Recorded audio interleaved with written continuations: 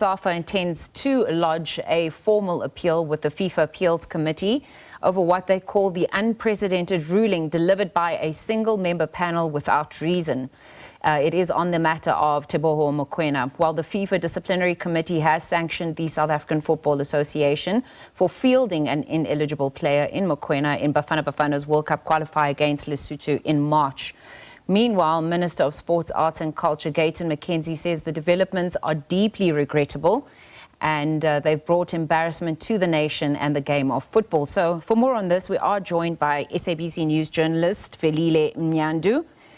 I suppose, Velile, you know, it's made things more complicated for us in terms of qualifying. We know that the first team goes through automatically. The others will then have to fight it out in a changed format for the qualifiers for the FIFA World Cup. But this does highlight the importance of administrative diligence. And I was just saying to you off air before we got here that I can't believe in 2025 that this wasn't something that they have easily accessible information as to which players can and can't play. Cards, yellow cards, red cards, all of that. It's astounding that this has affected us and affected our qualifying run. Yeah, well, look, this one is very sad, I must say, because now it has put in doubt our chances of qualifying, even though I must still maintain that I'm quite positive about our chances, especially knowing this team and the boys and the coach, Hugo Boss and his technical team in terms of what they've done. But also on the other side, it's something that we've always known ever since this matter came out in March, that, and also having looked at the precedents that have been there before and also what the rules are saying. I mean, when you look at just this ruling, focusing on Article 19 of the FIFA Disciplinary Code, and the other articles, Article 67, and also Article 9 and Article 14 of the FIFA 2026 World Cup qualifiers regulations.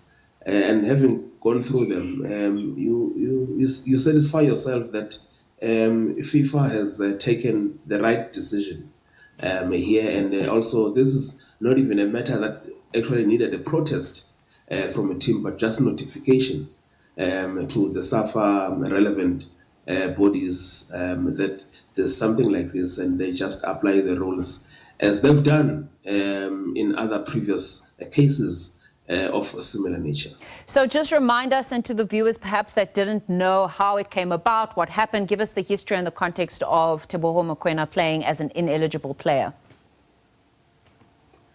Yes, so Teboho had played against Benin and also I think against Zimbabwe in those matches. That's where he was booked.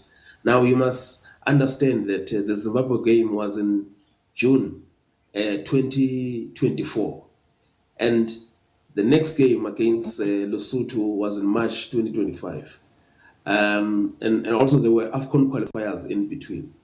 So I saw that message of someone there that you are reading who's blaming Teboho Mokoena. For a player, I think at least we must give him the benefit of the doubt here. We cannot expect the player to be the one reminding that, no, I played in this competition, because there's playing in so many competitions.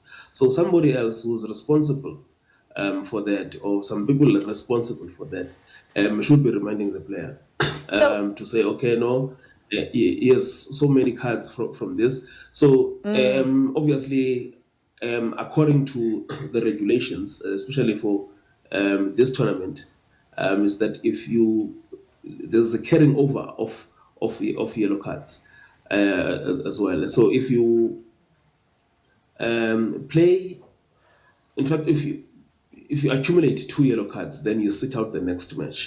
So now you must see this issue that I'm talking about. A match played in June the previous year and then in March. A player's role is to play the game. Then people who are seized with administering matters should administer that, especially when you're also playing in different competitions, because sometimes different competitions have got different rules. So that is what has happened here. And also, I must say that this is not the first time this thing is happening. There have been precedents before. In 2018, Nigeria faced a similar situation. They were docked points. Fortunately, they had enough points. They qualified after they played a player with 2 yellow cards against Algeria in a 1-1 draw. It's happened also to Ethiopia in 2014. They were playing against Botswana, played a player who had accumulated 2 yellow cards.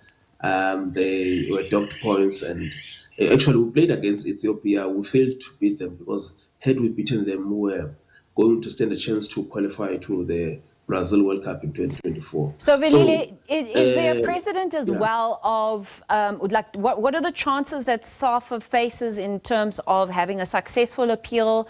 You know, have you seen any precedent in that regard? As you've mentioned, you've gone through the articles, and FIFA on the right side of this. So, you know, what are we expecting as an organization? What is SAFA expecting really to get out of this?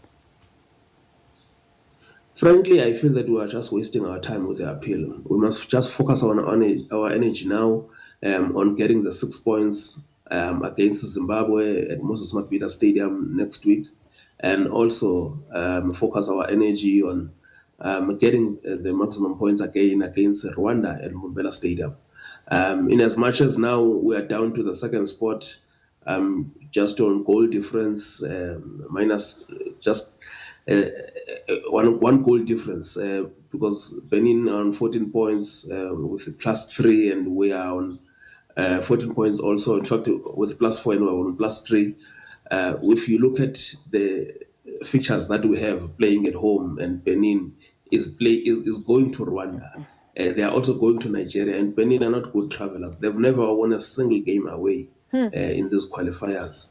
I just think that we must just believe in ourselves, and we've got a good team, and we can still turn this around. So all we need to do is win both matches and score goals. Yeah, I really don't see Benin winning both matches. Yeah, we shouldn't lose focus on what we can achieve. I have to let you go, but before I do, quickly, we just quickly also mentioned this off air, that perhaps there's not enough administrative staff at SAFA around Bafana, making sure this could happen, making sure this doesn't happen. And is that something that you know for a fact in terms of who's going to take responsibility, who should be on the chopping block for this? Yeah, and I think we are raising a very important issue around administrative staff around Bafana. I think around SAFA in general, because the guys at SAFA are really short-staffed. You find sometimes a person doing 4 or 5 jobs on his own, you know, and I think this is now the situation that is revealing itself publicly. And in as much as I don't want to defend anyone, but I think for an organization that 5-6 years ago had a staff complement of 200 people, and now they're finding themselves to having less than 60 people working for an organization with 54 regions and with so many responsibilities. This is the situation we're in now. Velile, thank you so much for chatting to us, for providing such valuable insights. I completely agree with you. And you've obviously done the homework for us, reading all those articles and making sure that his interpretation of this is that actually FIFA are on the right side of the. SAFA did not do their due diligence. There's not enough administrative staff in SAFA and around Bafana, making sure that a player that is ineligible doesn't then get fielded in a game. And Velile saying that it's not on Teboho Mokoena. He plays many different matches in many different competitions. For him to keep track of this is perhaps a very unfair task.